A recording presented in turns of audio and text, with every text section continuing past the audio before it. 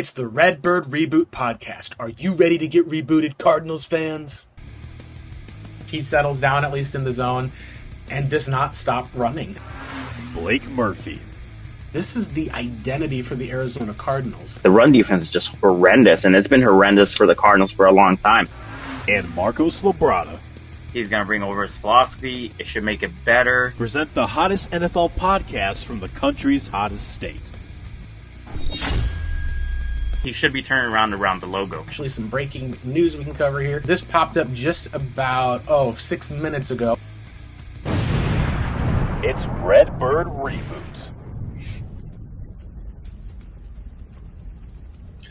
Hello, Arizona Cardinals fans. Welcome into the Redbird Reboot podcast. You've got Blake Murphy 7, joined as always by @PancakeSoul, Marcos Labrada. We're here to talk about Marcos. It feels like we'd get used to it at this point. It is another Cardinals loss. However, this was not a blowout. In fact, this game probably should have been a blowout. The Arizona Cardinals go and end up losing to the Jacksonville Jaguars with a final score of, I believe it was 27 Jaguars, that field goal in overtime to 24. Cardinals managed to tie it with getting actually points in the fourth quarter. We've talked about the point differential in the fourth quarter all season long has been really bad for this team. They're actually able to come back to score a touchdown, kick a field goal to end it. They just are not able to make things happen on the final play of overtime, which we'll break down that play and talk a little bit about how there's some agreement, some disagreement we may have with the coaching staff on what went down. But before we get started, Marcos, it's Thanksgiving this week. The mashed potatoes and gravy will be flowing. How are you doing as we enter yet another discussion about a Cardinals loss? Well, if I could say, I would have been a lot more excited if the season had gone the way that we all planned it was supposed to go. We were supposed to go to the playoffs and whatnot. It would be more exciting to go over the film, but even in losses, as I mentioned, those are very important clips. So either way, we got to do the grind. We have to go and look at the film. We got to go see what's going on, what we think is going to happen. So I'm feeling pretty good at being able to dissect this game. Yeah, it felt like that the way that the game started, Cardinals went on, got one first down and then ended up punting. Jaguars in 4 plays went and scored a touchdown. Cardinals punted. You felt like at that point, Marcos, oh no, here we go again. Cardinals were able to rally back. Trevor Lawrence made multiple mistakes on the day. One of those cases we can talk about when you talk about, do you need to move on from your quarterback not living up to the expectations of a number 1 overall pick? Trevor Lawrence and Kyler Murray have both been in that category. Ends up being a sack that is Trevor Lawrence holding on to the ball too long. We'll break down some of that play. It ends up being a fumble that could have been called an interception. His arm was just not quite moving forward yet. Falls right into the arms of Walter Nolan, who picks the ball, runs it into the end zone for a Cardinals touchdown. Suddenly, it's a tie game. Cardinals end up going on to hold the Jaguars to a field goal and then take their first lead in several weeks with a touchdown run off of a 1-yard run to Bam Knight. That was all set up by, I believe it was pretty standard running down the field. There was a roughing the passer penalty, I believe, that was at 2nd and 4, unless I'm mistaken. Yeah, 2nd and 4. And Cardinals were able to just kind of run the ball to Michael Carter and Michael Wilson through the air. He had another 100-yard game, which is something that's encouraging. Ultimately, the Cardinals missed a field goal, and the second half was essentially tale of 2 teams, Marcos. Jaguars had a pick, a touchdown, a pick, a punt, an interception, a touchdown. Cardinals, punt, punt, punt, punt, punt. There was 4 punts in a row followed by a touchdown, and then the Cardinals were able to go one play that was another 3 and out, where they turned the ball over on downs on a 4th and 12. That they went for it with a deep pass to the middle on, I believe it was Dennis Gardeck, actually, who had a sack in the game, former Cardinal, on Greg Dortch. Cardinals still were able to at least get the ball back and get a field goal to send the game to overtime. In overtime, the Jaguars won the toss.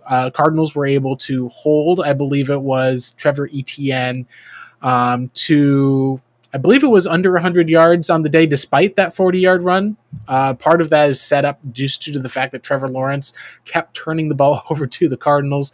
They kicked a 52-yard Cam Little field goal, and then, of course, there was that final play, the Jacoby Brissett deep ball to Xavier Weaver. That ended up being incomplete, and it sent the Cardinals to 3-8 on the season. They have one home win on the season, Marcos, and that, of course, was the opening game for this season, which was week 2 against the Carolina Panthers, a game that could have fallen to the Panthers had a certain pass not been broken up in the end zone. It has been a tough year for the home crowd. Yeah, absolutely. And it seems like the Cardinals always have a hard time winning at home. I've talked about this before. The home crowd isn't always there for, the home games and whatnot, mostly because of the product on the field. A lot of people just wanting to sell their tickets, and, the people that have hardcore fan bases love to come here on trouble buses and whatnot. They come over and they just take over our stadium. So we need to obviously rectify that, or Michael Bidwell has to do a lot more work. We're not going to talk about that right now. But playing at home has been very difficult for the Cardinals when it shouldn't even be like that necessary. This is your home stadium. You're seeing red everywhere. You have your home crowd. You supposedly have your home crowd, but they're not showing up. No, they're not showing up, at least. Speaking of not showing up, unfortunately, at least it looks like Walter Nolan, that hero who was able to get the Cardinals back and tie them with the Jags, kind of started off that turnover frenzy that Trevor Lawrence had.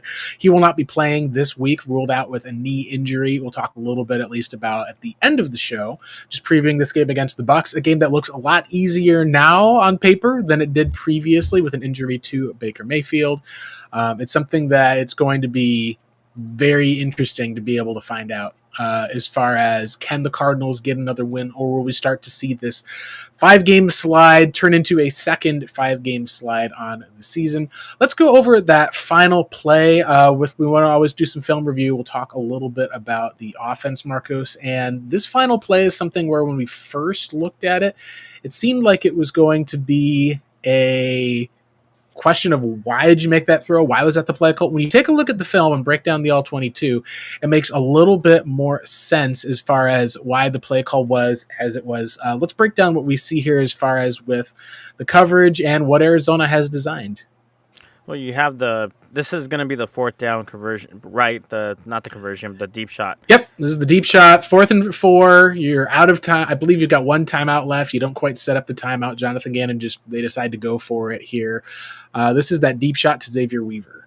Okay, so I guess what I'm thinking about, what they were trying to accomplish here, and I thought about this when I first saw Jacoby Brissett drop back. I thought to myself, he's going deep. Maybe he has something deep.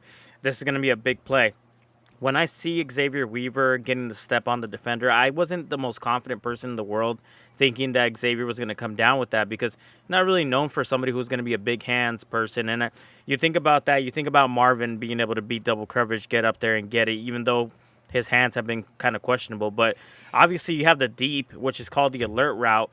When you look at that route, you got the passing strength over to the field side. You have, I guess, I'm not sure if that's Michael Carter or Greg Dortch chipping and then going onto the flat. Both Dortch and Carter are chipping, like you said. So this is kind of it's not quite match protect, but you are going deep. That is one of the parts of, you're not putting Dortch out on a route. You're chipping. You're also having Michael Carter chip, like you said. What's interesting to me, Marcos, on this design is normally you would have a deep route that would be designed to kind of clear things out for Trey McBride underneath. And either if that's the design, they don't bite. I don't think that's even the part of the play. I think this is an intentional deep shot to Xavier Weaver, which I think is part of the question. I think they were trying to catch the Jaguars off guard by saying, hey, we know you're going to cover Trey McBride on this route. You know you're going to cover Michael Wilson on this route. So we're going to give an option to a guy who can break a tackle underneath and then take our deep shot. And when you look at it, seems like it almost designed to work that way, Marcos. You've got 3 guys in coverage over here on Trey McBride. There's one that kind of trails off to Greg Dortch. You can see at least it was a deep drop. You've got 2 safety over here deep with the second safety, I believe it is, tailing Michael Wilson. You've got the coverage down here. This is single coverage up top, one-on-one with the safety pulled to the other side of the field. So when you talk about was this the right read for this play, I think it was the right read for the play, and we can argue, should that play have been the right play call? Because In one case, you're going to say, yeah, this is great. You took advantage of the Jaguars, got a one-on-one. On the second hand, you didn't draw up a one-on-one for someone like Michael Wilson, who, as you can see on the bottom of the screen, he kind of reads the coverage, is trying to round his route out to the outside, but there's already a safety there over the top. There's going to be another number 30 actually is a corner who's there over the bottom of the field. You got a guy who's reading underneath. The best probably read is to throw this ball to Xavier Weaver. Well, I made the argument that Mike. See, if this was a properly designed like read and you're reading like too high, which is exactly what happens, the reason why he made that decision is because that safety drove on McBride, which cleared out the top, but he forgot that there's another safety, and that safety in that situation made a great play of being able to like get some depth, turn and burn with Xavier Weaver, and then also help break up that ball and whatnot. What I would have hoped they would have done, or at least Jacoby Brissett would have done, is known that Michael Wilson, who's your other guy, your other go-to guy, the guy that has good hands, the guy that can, beat out coverage and whatnot.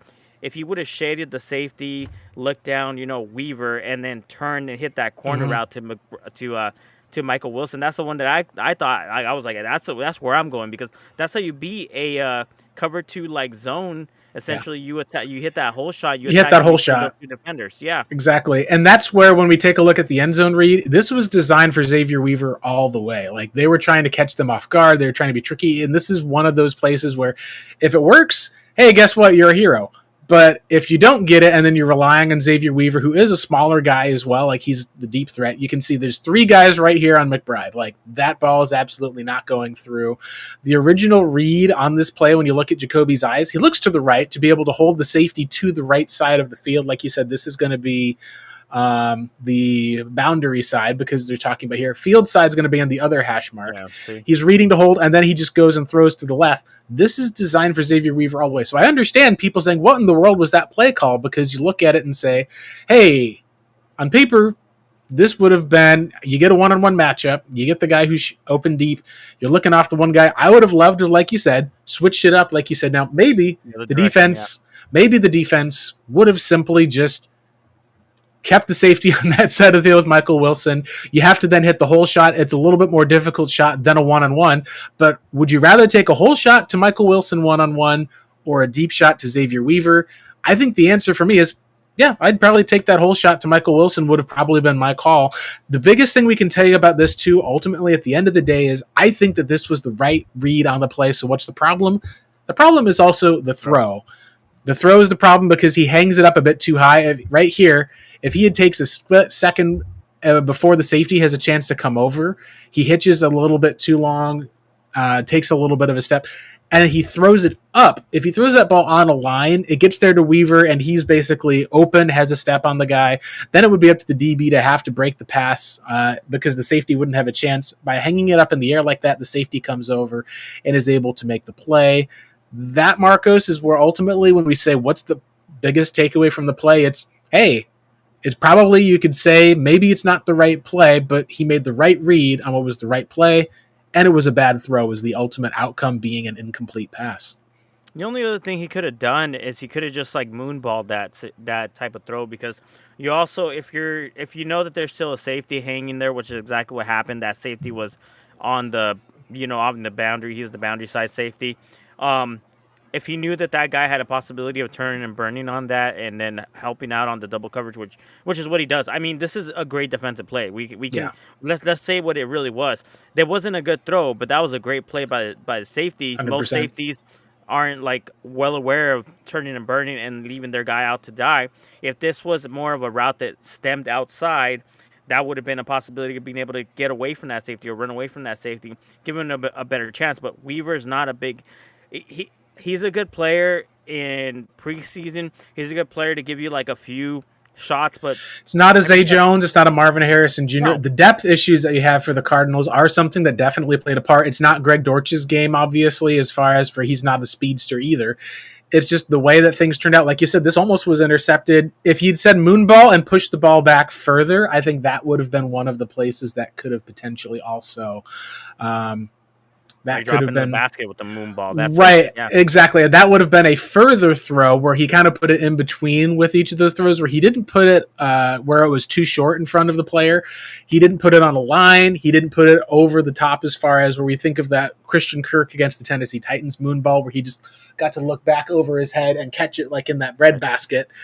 He kind of put it in between, and either one or the other would have been a better throw than the outcome that we got, unfortunately. Yeah, and you mentioned, that definitely would be a Zay Jones type of throw. He has a 4.4 speed. I would trust him to get up there and have at least more body and have more contact and be able to come down with it. It's just so unfortunate that we have so many people, like so many of our wide receivers, like Al with Zay Jones and Michael Wilson, that Xavier Weaver has to be that go guy, that alert post almost. It looks like, no, it's just a go ball. It's not a post, but that It's a alert go ball, route. And he has to be the one that has to high point the ball. That's not what he does. Yeah. Now this is one play we'll break down, because with how the rest of the game works, it was a bunch of ultimately a whole bunch of defensive plays. Cardinals just were not able to do things on offense. There was a lot of interceptions of Trevor Lawrence that they had. There was a huge amount of potential the Cardinals had, even taking over in Jaguars territory. And there was not a good day from the offensive line. There was sacks of Jacoby Brissett. There was some incompletions. The Cardinals had the chance to win this game going away. They let the Jaguars come back into the game. They're down in the fourth quarter, needing to get a field goal for the win. They're able to have a deep shot to Michael Wilson that gets the ball right within, I believe it was... excuse me. 10-yard line, or I'm not sure. Yeah, it was a 16-yard pass at least to Greg Dortch that he ran, and that was previously off. 31 yards to Michael Wilson. There was a 16-yard pass to Greg Dortch that they got, kind of where it was at 1st and 5. They throw. It basically was just looked like a little bit of a mesh route almost, where they cleared out the guys underneath. Dortch is able to catch the ball and run. Then they had that deep pass to Michael Wilson that got the ball down from the 42 to the 11 with only 10 seconds left. You had a chance to also run a couple of plays. Michael Wilson, of course, he even apologized publicly for spinning the ball. You still had plenty of time to get down there. The ball was completed where the line was not hurrying up to the line. Jacoby wasn't yelling, go, go, getting everyone set. It just was a little bit lackadaisical. Like, it reminded me of in the past, if this is Larry Fitzgerald getting the ball, not only is he not spinning the ball, he's getting it up to the line and setting it, and everyone's running up to the line where Larry is. You don't really have that kind of core leader who's on the field. It should be Jacoby Brissett at this point, because you've got no Jonah Williams. You have, sure, Kelvin Beacham's out there, but someone's going to have to be a skill position player that's going to have to be able to get the guys there and set. They also were at a spot where they took forever to spike it. They had a short complete pass that they basically had sent over that was incomplete, where it was instead of where Jonathan Gannon said, we're trying to catch them off guard. They said in hindsight, they probably should have spiked it, get a couple plays. It was just not good clock management. They said, we're trying to catch them off guard. We have a one-on-one. But the answer, at least to all of that, is when he talks about we're trying to kind of surprise the defense. This is part of where we talk about the idea of execution and then coaching. Coaching is going to try to out-coach and out-scheme the other guys. But what happens a lot of times is you simply need to execute, and they did not execute in that spot. They tried to catch them off guard. They said, hey, we got a one-on-one. We'll take that. Here's what I think you could have argued, and I would have argued this. Everyone in the world thinks you're going to spike it there. So go ahead. Fake the spike.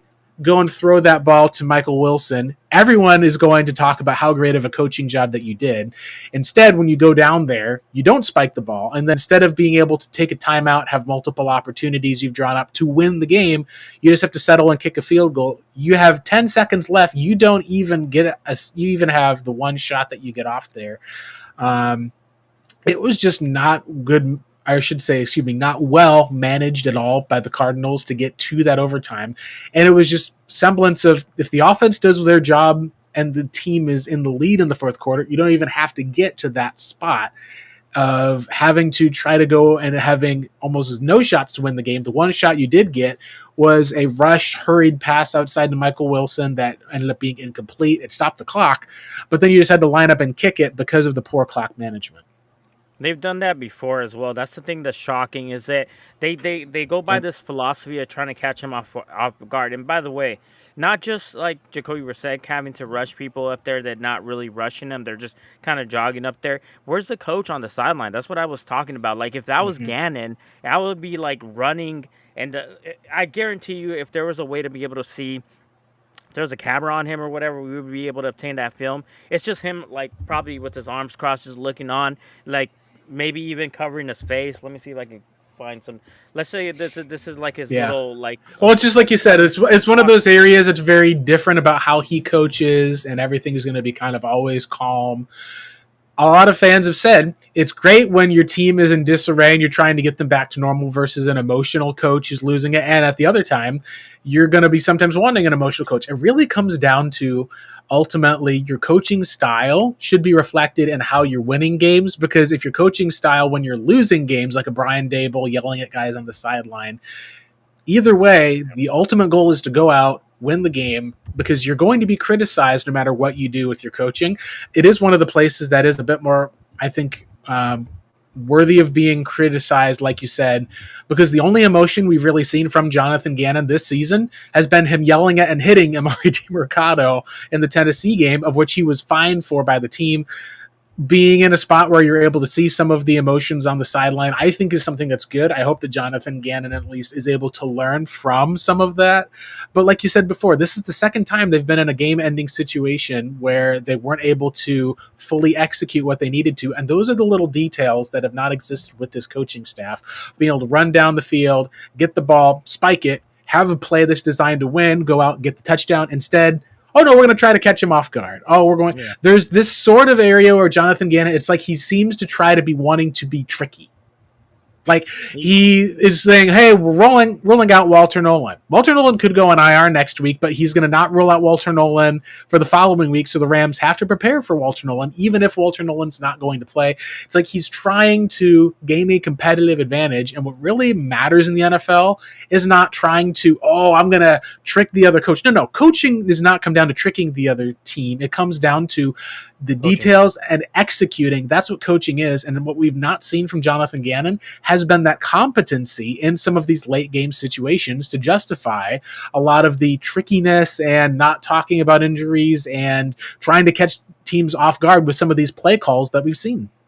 Yeah, exactly. Like, here's another thing about like trying to catch them off guard. He caught ourselves off guard too, because they probably were listening on the headset, wondering if we're going to spike the ball or whatever they're going to do. If they were trying to run a play, they would have rushed. They would have rushed either way. Get on the line. They probably thought to themselves, okay, we're going to spike the ball. Oh, no, we're running a play. Okay, let's hurry up and run trips right, duo, whatever they call it, and thinking to themselves, hey, we got a one-on-one. How do you know you have a one-on-one? You're walking to the line. Yes, a corner might be shading Michael Wilson, but that's what they're going to do naturally. You don't know what kind of defense they're at, so you're also catching yourself at a disadvantage because you don't know what they're running. What if they decide they're going to run a blitz on that call and no one knows exactly what route to run in that situation and your protection isn't set? Then you're screwed. You don't have the time to be able to burn that situation. Yeah, and it's something at least where it just continues to be areas where the coaching for this Cardinals team has just been below others. Now, that being said, there were some baffling coaching decisions that were made as well. The Jaguars, after the Cardinals, I believe it was, made the one field goal, didn't have time to be able to go back down the field because there's 3 seconds left. But the previous play where the Cardinals were at 4th and 12, they threw the ball down to Greg Dortch. It's incomplete. That's from the Arizona 28-yard line. Jaguars basically are set up at 3rd and 1. They run the ball up the middle with Bishal Tutin, excuse me. Then it's 4th down. So here's what you got to say. Every single person in the world is looking at the Jacksonville Jaguars and 6'6" Trevor Lawrence going, just QB sneak it. Just line up, QB sneak it. Even at worst, you hand the ball off. Instead, what they end up doing at least is on 4th and 1, instead of QB sneaking it, they decide to run a bootleg. They run a bootleg. Trevor Lawrence runs around the corner. Whenever you run those bootlegs, either you're going to catch the defense off guard wide open, or you're going to run into a problem where the quarterback's either going to have to make someone miss or throw the ball. So Trevor Lawrence heaved up a deep pass to Tim Patrick. Tim Patrick wasn't even looking for the ball. Seemed like he didn't even know that there was a bootleg that had been called. There was an illegal formation that had been called in Jacksonville as well because they had too many guys that were there on the line. That play was declined. A lot of people said, hey, why don't you just kick the field goal, force Arizona to have to get a touchdown? That was one of those mistakes that they made. I think the answer as to why they did that play is easy. You get that first down, the game is over. Arizona had 0 timeouts left. You're past the 2-minute warning. Game is over. You just take a knee. But why didn't you just quarterback sneak it up the middle? These are the little things as far as where either they don't trust the quarterback or there's enough coaching misfires that despite Arizona getting 4 turnovers on the day, 3 interceptions of Trevor Lawrence, that they were able to hang around and make it a game in overtime. And that's something that I think the Cardinals and the Jaguars, it does show when you look at close games this year. The Cardinals have lost close games this year. Jaguars are 7-4. They've won close games this year.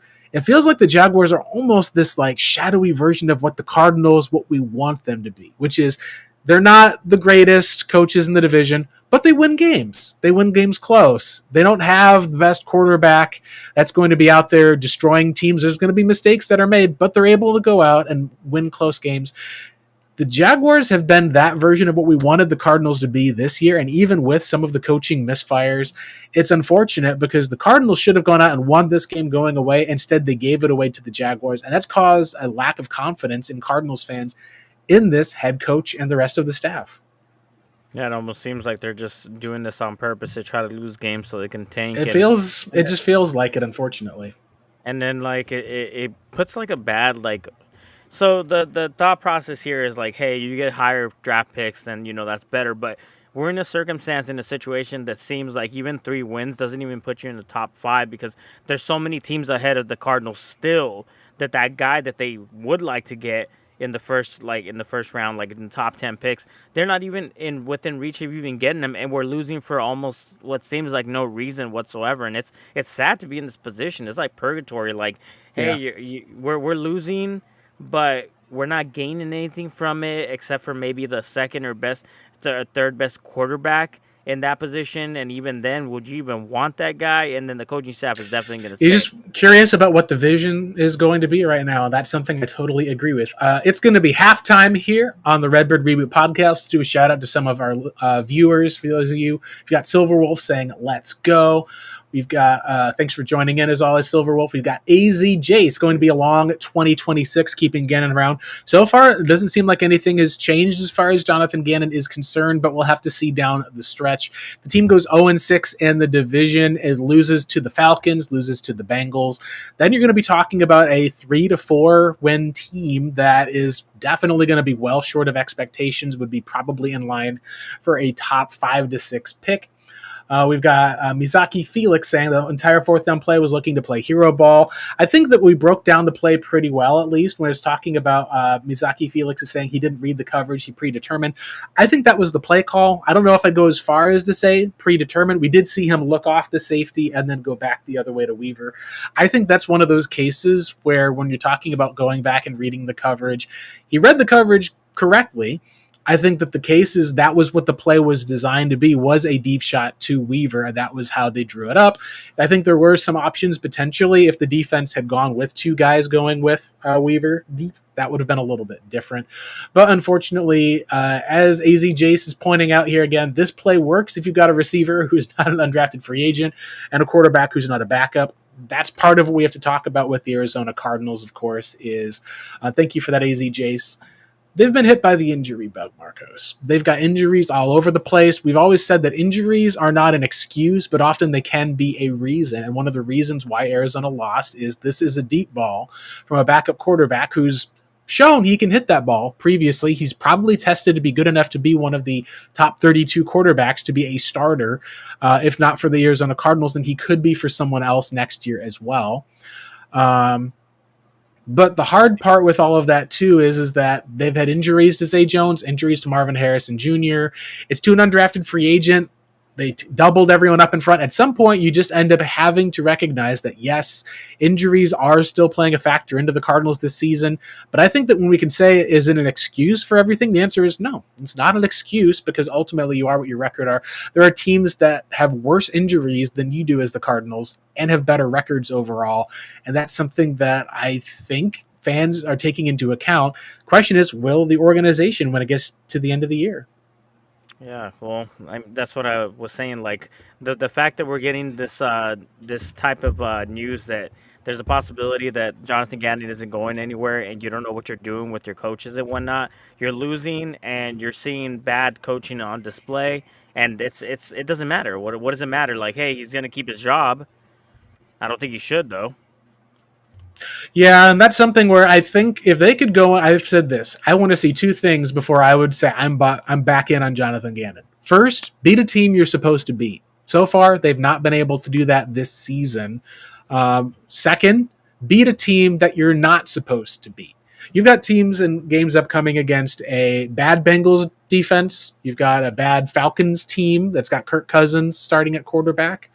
You're going to have a Buccaneers team next week that probably is starting Teddy Bridgewater at quarterback. We haven't just are kind of playing a little coy with it, but it's the Buccaneers and their schedule. They play the Cardinals this week. And then as far as the following week, they already just came off of the Rams. They played the division rival Saints. I think that I could see them saying, you know what, we're going to put Baker Mayfield out there for the Saints game because that's a division game. It's going to be a little bit easier potentially. That way we can work it back in. We don't need to put him in against a bad Cardinals team. I think that either of those options, if Baker plays this week, will make it a much more difficult game, especially with Walter Nolan being ruled out. But it's a spot at least where if you're going to be going up against a backup quarterback, and you've said Jacoby's playing better than Kyler, he's our starter. The expectation is, Marcos, to win that game. And I want to see the Cardinals win that. And so far to this point, they haven't. And so I said, I'm open to being convinced I'm wrong, but until I do, I'm still going to be off of the Jonathan Gannon train for the rest of this season until he can get me back onto that train. Yeah, I'm the same way. He has to convince me. I'm out. I'm expecting for him to get fired at the end of the season, but we know that most likely that's not going to happen. But at least kind of win me over. And it's like a double-edged sword. It's like now we're at the point where we're definitely not going to make the playoffs. We're not going to make a run. We don't even know if certain players are even going to make a return and whatnot. One of those players that I keep waiting for is Will Johnson. Unfortunately, we don't even know when he's going to come back. So should be this next week. He's back to practicing in full, and he was ruled out late last week. We found out like just before the game that he could be another week out. They tested him before the game. He was out. That was something we heard about pregame, but the expectation is he's supposed to be back this week to draw Emeka Egbuka, which is good, hopefully. Yeah, let's hope, because we've been needing that. Well, we're going to watch a couple of clips and whatnot about cornerbacks and defensive backs and whatnot, but we definitely have been needing his absence has been felt, and we had a rotation happening. Max Melton had 16 snaps on defense, and I see it clear as day as to why they're doing that. We'll explain a little bit more about it, but this rotation of the defensive backs that we have is just like it's really not working out the way we pictured it to. Yep. Totally agree. Let's go and shift to our film review part of the show. So, Marcos, the defense had their best game of the season. It feels like it's a waste that the defense took their best game of the season. The offense just kept punting the ball back to them. But we got some great clips, I know, at least we'll be able to go through. There is obviously going to be 3 interceptions. One of my favorite ones was the Akeem Davis-Gaither, where he baited Trevor Lawrence that he was going to blitz, drop back into coverage in the middle of the field. Trevor was just reading from left to right, threw the ball right to him. There was a really good, like, you got to kind of see what their Cardinals are wanting, this Eagles light defense where they're able to take advantage of quarterbacks who are going to make some of those throws. It's really interesting to be able to recognize how the defense finally it all kind of came together for them, and it was after that 4-play with the 40-yard run by Travis Etienne Jr. that really they settled down after that and were able to get right back in the game with that Walter Nolan fumble that looked more like an interception for a touchdown. Yeah, absolutely. That one, I don't have that one saved. If you want to go ahead and pull it up on the ADG interception, I have the Garrett Williams interception. I have two TDs that were given up in that play at the beginning that I went ahead and posted on Twitter. Yeah, It was had to do about the run let's play. go up and pull up the first interception that you have. At least I think will be awesome to talk about. At least for those of you who are watching on our live show here, this is kind of getting some of the what we always call the part of the show where when you're live, there's sometimes a little bit of a delay between getting the show ready and getting everything pulled up properly. We've got it pulled up for you now. All right, so this one right here, this is when I covered it. I covered that this was one of those situations where the defensive line doesn't get enough credit.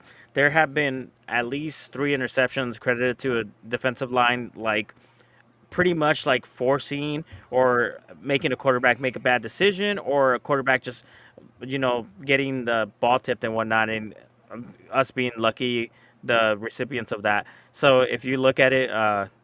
Right here, you'll see Calais Campbell put his mid up, and it kind of redirects the ball.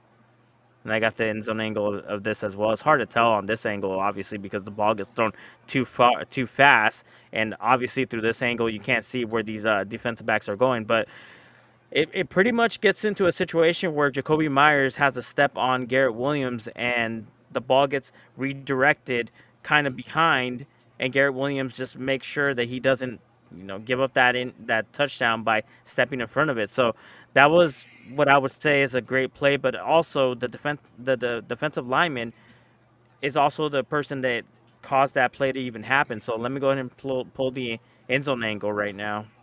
Yeah. All right, let's see. That one's always where is it at? There we go. Oh, look at me. All right, how do we pull it?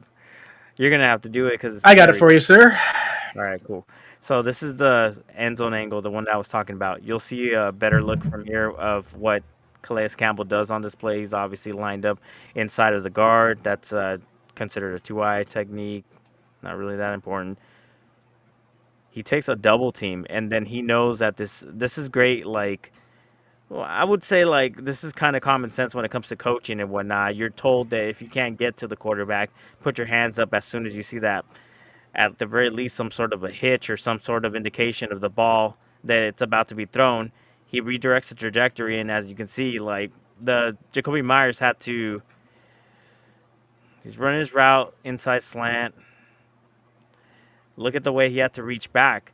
If the ball was thrown where it was supposed to go, which is exactly what Trevor Lawrence was trying to do, throw it to where only his guy can get it, that's a touchdown.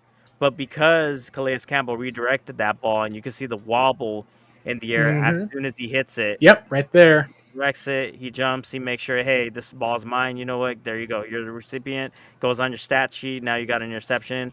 Even though, like, if it was better, like, not a better throw, if it wasn't for Calais Campbell batting this ball and redirecting the ball, this would have been a touchdown. So fortunately for us, like, Calais doesn't really get all the love that he deserves in this play. It's mostly just, hey, Garrett Williams, great interception. He got an interception in the game. It happens often, all the time. All right, let's see. Let me pull another defensive play. So I was mostly looking at critical plays that the defense. Let's actually, now speaking about that defense, let's speak about that third down. That third down play by the Jaguars in overtime.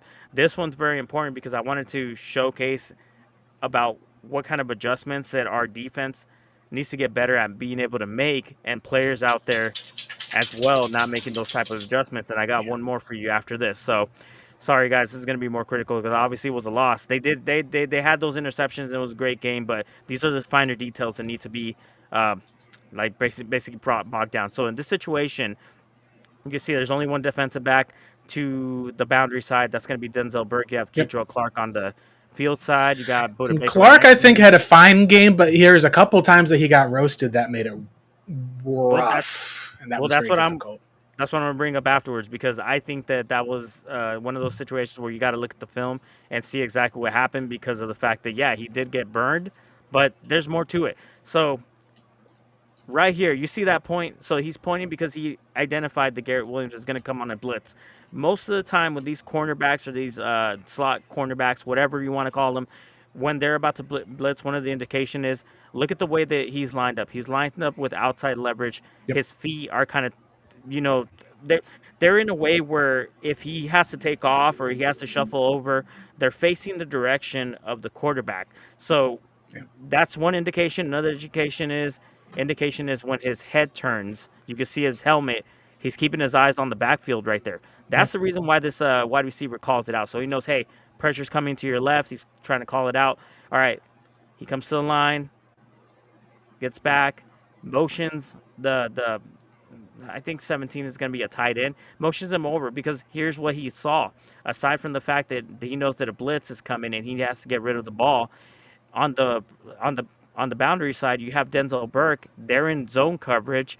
Who has to peel to get into coverage? That's going to be Josh Sweat. Yep. We've seen Josh Sweat in coverage. We know that if there's going to be an alert, you have this this kind of like this over the ball route by Washington. That's going to occupy Denzel Burke. He can't just go out there, but his job is to push himself outside.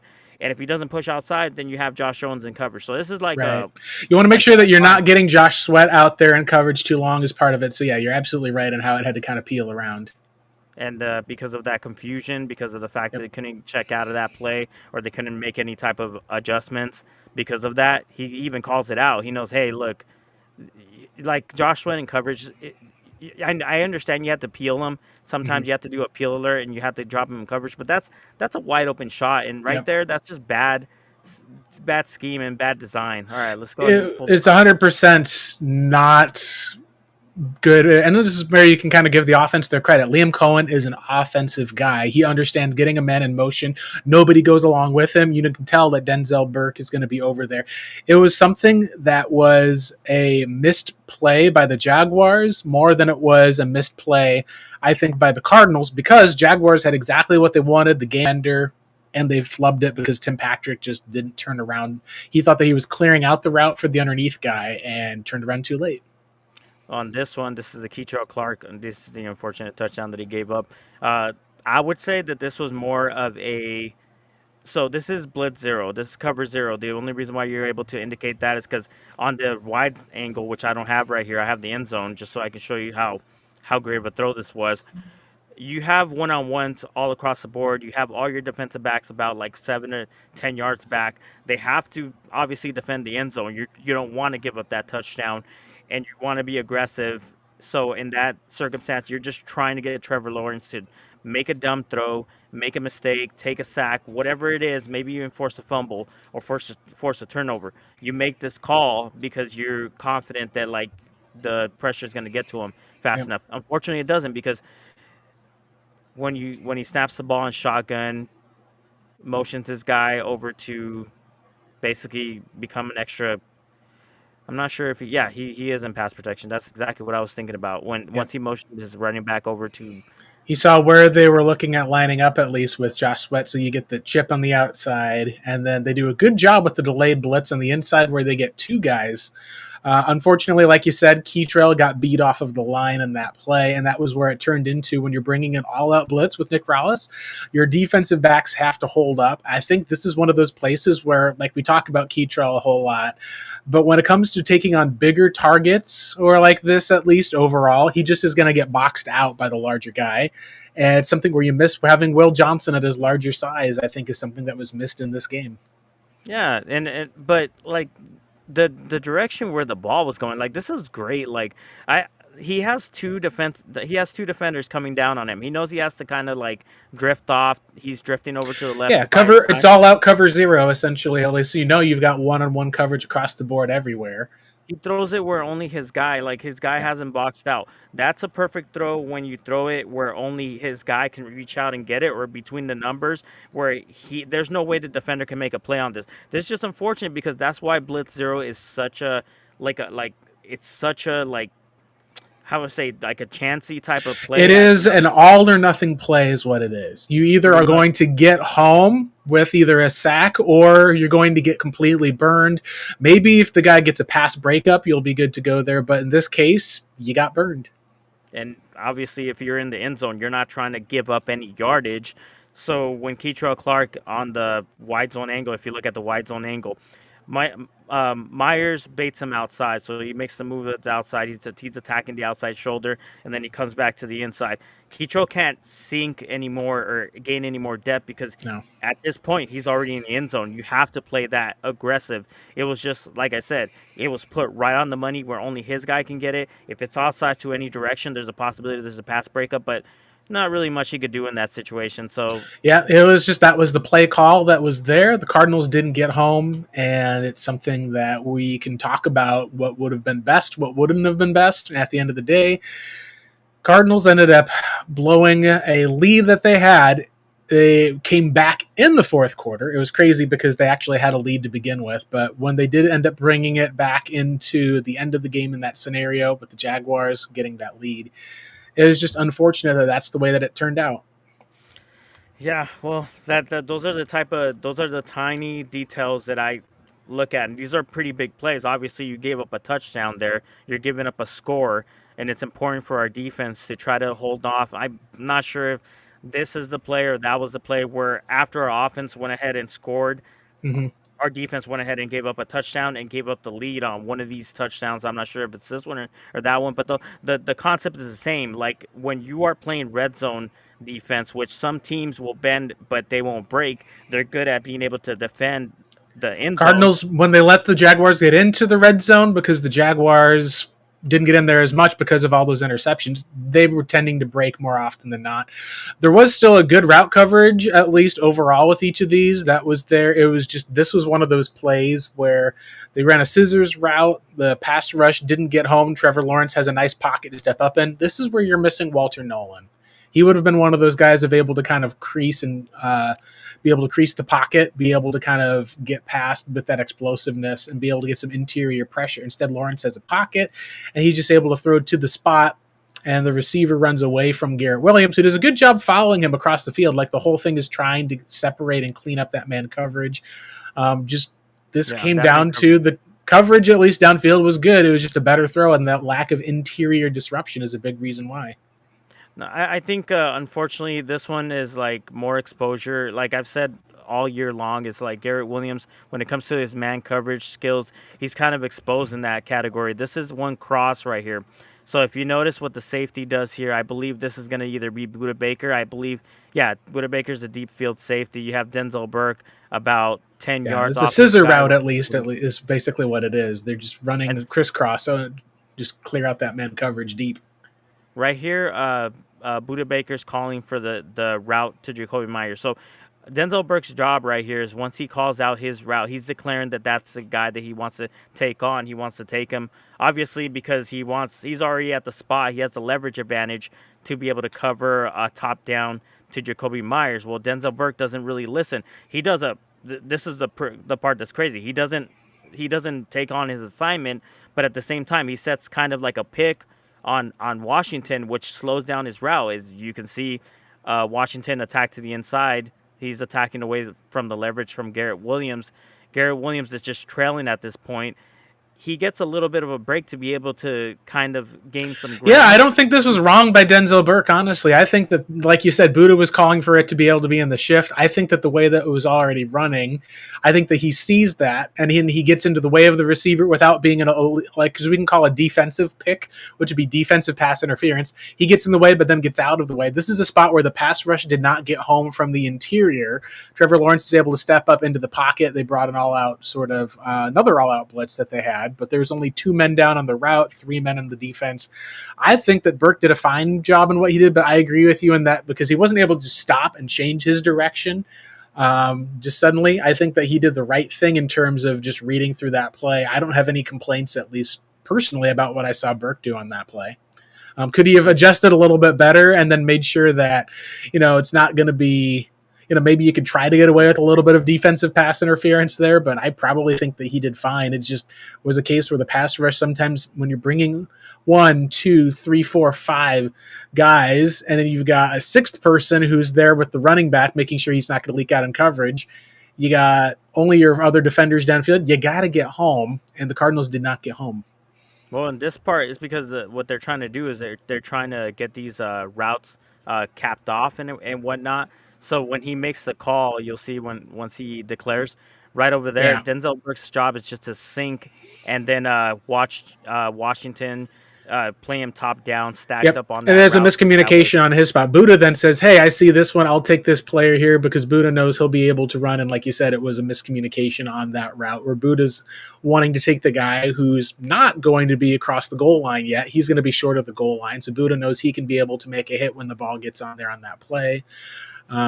Yeah, it was just like you said, it was one of those cases where it was a miscommunication. I think that Burke did fine as far as the result of the play, but you could be something as simple as, yeah, Burke should have stayed with the man coming in. It would have been double coverage. Buddha would have taken the other guy down there one-on-one, and then that would have prevented what would have been a touchdown route.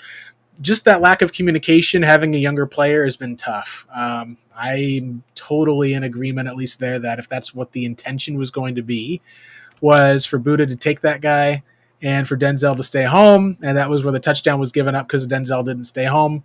That's a bummer. Like, that's part of a young player who's going to look at the film, needing to say, hey, you got to listen to the communication that your captain's telling you. And one of the things that we saw, too, was Max Melton is not on the field. He lost playing time to Keitrell Clark. He only had, I believe it was 25 total. I think it was 15 total snaps in coverage. He played quite a bit on special teams. Nick Rallis said that they're looking for at least him to be able to have some more consistency than he showed. It sounds like that's a soft benching again of Max Melton, a guy who's a second round pick who we'll see if this is a 1 week thing or maybe he had a rough week of practice. Keitrell did better, or if this is a multi-week thing. yeah, and you kind of wonder because sometimes you see that happen with players who, let's just say they come late to a meeting, they come late to a practice and whatnot. So I would be interested in knowing what exactly happened, but he hasn't been living up to that second round pick. And when you're seeing the people that got taken ahead of him, one in particular that we keep reminding ourselves we could have drafted, you kind of get yourself in that position where you're like, hey, look, man, we took you in the second round. If you're a second round corner, you're definitely a starter. He has been burned on a few plays, but it's not to say like, hey, he's been tremendously bad, but to be playing behind someone like Denzel Burke, and Denzel Burke, don't get it twisted, there's been kind of the same type of play. If I'm talking about a tackler or somebody who's a better run defender, I would say Max Melton is a better hitter, better tackler. But if you're talking about who's been getting more of the love, it has been Denzel Burke, being that he's a fifth rounder. He already has 2 interceptions. He has a couple really good pass breakups. Maybe the coaching staff just looked at that and said, look, we're getting more production from him. Well, what kind of production are you getting? He got an interception on 4th down Hail Mary. He also got another interception by another situation where Calais Campbell batted the ball into the air and he was in the right spot at the right time. It's tough. It's just not good. I was trying to see if I could pull up that Akeem Davis Gaither, but do you want to go ahead and pull that one? Nah, I think we're going to have to probably wrap up our show here. It's almost at least 6:30, and I'll have to be able to get going pretty soon for the most part. But let's take this last 5 minutes and talk a little bit about what we see with the Tampa Bay Buccaneers. Buccaneers have not been nearly as good as what I think we had hoped that they could be this year. They're still first place in the they're still first place with a 6-5, I believe, because they lost against the Rams in a blowout loss. They're 6-5. Teddy Bridgewater finished that last game. Marcos, the Bucs defense at least has been not as good in the run game. We saw Sean Tucker go off for quite a bit with the run. He ended up rushing for, I believe it was only 42 yards last week. It was the passing game that kind of had no first team reps. They lost Baker Mayfield. I think ultimately what we've seen is that they're probably going to get Bucky Irving back against the Cardinals this week. I think that what we've seen in the Cardinals run game, I think that the Buccaneers could just run the ball like crazy and then try to keep it away. So the Cardinals need to stop the run, something that we've been able to see, and then keep up coverage on the back end. It's going to be the pass rush for the Buccaneers that I'm curious about with Vita Vea up front. Are they able to get home to Jacoby Brissett? I think that this is the last winnable game that I can see for a while on the Cardinals schedule, with the fact that Baker Mayfield has done a good job of stepping up, being able to get away, but he's taken some hits this year. If the Cardinals are able to keep Jacoby upright, be able to play their game, you get back Marvin Harrison Jr., can you be able to make some big explosive plays through the year? I think the Cardinals actually have a chance to win this game. I did not pick them against the Jaguars. I trusted the Jaguars are going to run and throw the ball well enough, but I thought it'd be close. I did not anticipate they would have that many turnovers. It's just something that I'm very curious. What do you think as far as the Cardinals against the Buccaneers? Do they have a chance to win this week against, if it's Teddy Bridgewater indeed starting the game? Well, if we have the two X factors that I'm thinking about, if we have Will Johnson back, like you said, he was practicing, and Marvin Harrison Jr. is back and whatnot, you got a good double wide receiver tandem with two guys who can come down with the ball. And then on defense, you finally get your guy that, when he has been playing, he's been playing really well. But when he's available, that's the question. Right. If that's the case, then, and I'm not sure, do you know if the Dadrion Taylor Demerson will be making a return as well? We do not know yet, unfortunately, as far as it goes with the injury report. It's something where we've seen that a lot of times the Cardinals like to have guys that are out there to be able to go. I know Dadrion Taylor Demerson did not practice today with the ankle. Kelvin Beachum has a groin injury, didn't practice. I think that we'll see Kelvin Beachum out there as long as he practices this week. Baron Browning, we'll see if he clears concussion protocol. Keecho Clark had a personal issue. Amari DiMercado, I would not expect to be out there. And then Trey Benson practiced last week, but he was limited this week. I think this could be the week that Trey Benson comes back. We know that Will Johnson has still been limited with the back and the hip, but Christian Jones was activated for the first time this season, came in off of IR. The downside is that might be because you don't know if Josh Fryer or Kelvin Beachum, whoever ends up being the backup, you may need to have more bodies on hand to be able to run that 13 personnel, because if one of those guys gets hurt, or if Kelvin Beachum's groin injury is worse than we think, that's going to be something that we're going to find out if that's going to be the case or not. It's a very lengthy injury report for the Cardinals this week. Even Bam Knight was limited. The only healthy running back that they got right now is Michael Carter. I think it's going to be the Cardinals throwing the ball again this week, but it was Marvin Harrison Jr. was limited in practice. The idea is that he'll hopefully be good to go and recovered from the appendicitis with getting that procedure done, and he'll be able to go out there and give it a go. Yeah, absolutely. Okay, so with all those players becoming available, hopefully we're going to see a different type of offense. Obviously, we're going to have our two big body wide receivers. We're going to have a big cornerback, our 6'2" guy who's very, very good when it comes to zone coverage, and we know that they love their zone coverage and whatnot. And you got and you got Teddy Bridgewater, a veteran quarterback, but not one who's going to be able to have much of a deep ball. We'll see how it's able to play out. The Buccaneers have limited Chris Godwin Jr. and Hassan Reddick, the former Cardinal, as well as Tristan Wirfs. I would guess all three of those would be able to give it a go. And then Sterling Shepard and Bucky Irving were full practices as well. So it's going to be pretty much almost a full house for the Buccaneers. Maybe Jamel Dean doesn't go. He's one of their longtime cornerbacks they've had there. What it comes down to is the Baker Mayfield question. If Baker does give it a go with his left shoulder against the Cardinals, and he's able to be effective, because it is a tough left shoulder injury, but that's not his throwing elbow, I don't think the Cardinals are going to win. I think in this game, I'll pick them because I think that they've had enough of things that you'd hope that something would be able to go their way. I think it's a close game no matter what.